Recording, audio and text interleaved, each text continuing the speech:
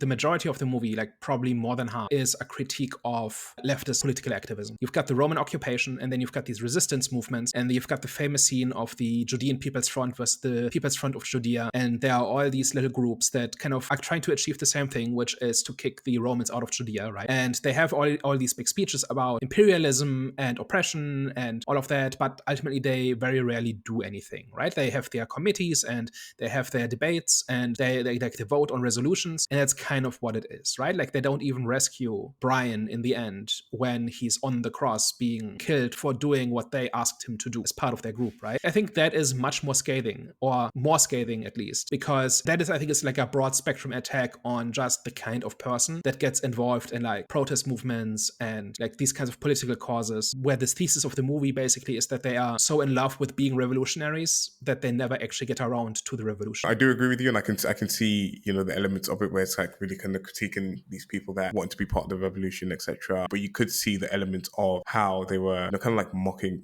these people and like mocking these like ideological beliefs, and like, you know, how they can never like really, they never really know what they're actually fighting for, and then like there's so many different like causes that they're trying to fight for, and this and the other, and everything kind of gets like muddled up by the end of it, and no one really ever like knows kind of what the real focus is at certain times in the movie. We're kind of comparing it to the religion aspect of it, because I think you, in your part, you said it was a lot more scathing than, you know, the religious side of it. I'd say it's more personal, because here they're just outright calling them useless idiots, whereas on the religion side, they are much more specific about what it is they're criticizing, I think. It's not a general swipe at religion, right? It's saying, okay, we have a very specific thing we want to criticize, which is kind of the mob mentality and people making a big deal out of small things. They are just broadly calling activists useless, right? Like it seems more like a general swipe. I can't disagree with that. I can see how that's more personal. Like they even have this scene of like there's this famous scene of what have the Romans ever done for us, and they keep listing things like aqueducts and medicine and education and roads, and the streets are safer now, but aside from that, what have the Romans ever done for us, right? Which is honestly, like, if you take that scene at face value, it's kind of apologetics for imperialism, but it's not supposed to take the side that imperialism is good if benefits come with it. It's supposed to take the side that the people who, or these specific kinds of people, don't think their beliefs through, and they kind of stumble very quickly when challenged. And that is kind of what they're doing in that "what have the Romans ever done for us" scene. I think that's the point that's being made there. Yeah. Which is a pretty specific and pretty direct attack, right? And I just find this interesting because Monty Python has this reputation for being the one about religion, but only about a third of it is about religion, and 2/3 about it is about how leftist activism is useless. And I don't think that, like, it's not like this is a secret, right? Like, everybody knows the whole People's Front of Judea scene and all of that, so this is not hidden. But I feel like it kind of gets left behind